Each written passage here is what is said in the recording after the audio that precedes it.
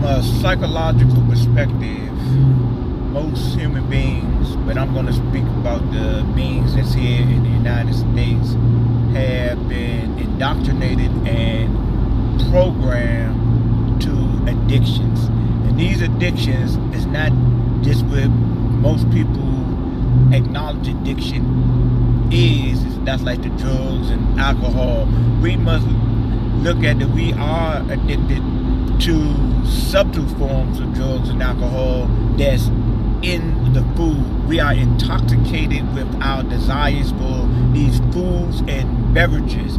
And addiction is very much underplayed how it's presented in certain aspects, but you must use the umbrella or the universal perspective to really comprehend addiction.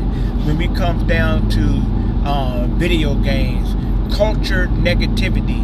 And let me say this before I continue. Addiction could be positive, but what I'm speaking on is the negative addiction. Let's continue with the video games, the social construct of the behavior in certain societies. When I was coming up, bullying was like normal, and people today are so offended by those that operate in bullying, but it's a part of the American psyche through addiction that has been promoted from the highest level of demonstrators. I'm speaking about the government. The government of the United States is the biggest bullies on the planet. So this addiction thing, people are addicted to using profane speech, slandering people. People are addicted to so many self-destructive mechanisms that you get to naming them and start to be able to identify that addiction falls in this particular category and this other particular category. The number is astronomical as far as, even we are addicted in the way that we think. I know that I was a most defensive, negative thinker, and I was addicted to it, and I thought like that because I was like, man, this is how I protect myself. I don't trust nobody. Everybody out here is lying. And I believed that. And I was addicted to that. But thanks to the Most High of my understanding that I read and I talked and I reasoned with inside of myself, and the Creator allowed me to release myself from certain particular addictions. I think that we're gonna all die, transition to the next experience with a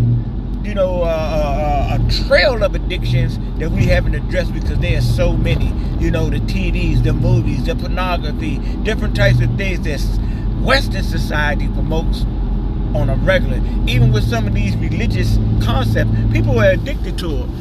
Even if these religions fall under a cult, and just like politics, people are addicted to the lies of the politician magicians. This is an addiction. When you're going to take these words of these men and women over your morals and principles and have you to compromise your integrity, that means that you are addicted. You are an addict to the politics of the politicians. Because when you take that same behavior, activity, and put it on a person that's dealing with drugs, you can say, oh yeah, they addicted. That drugs is their God. And some of you, the politician magicians, the president, that's y'all God. Because y'all have alliances with what they're doing more than what you have alliances with what you say that you believe.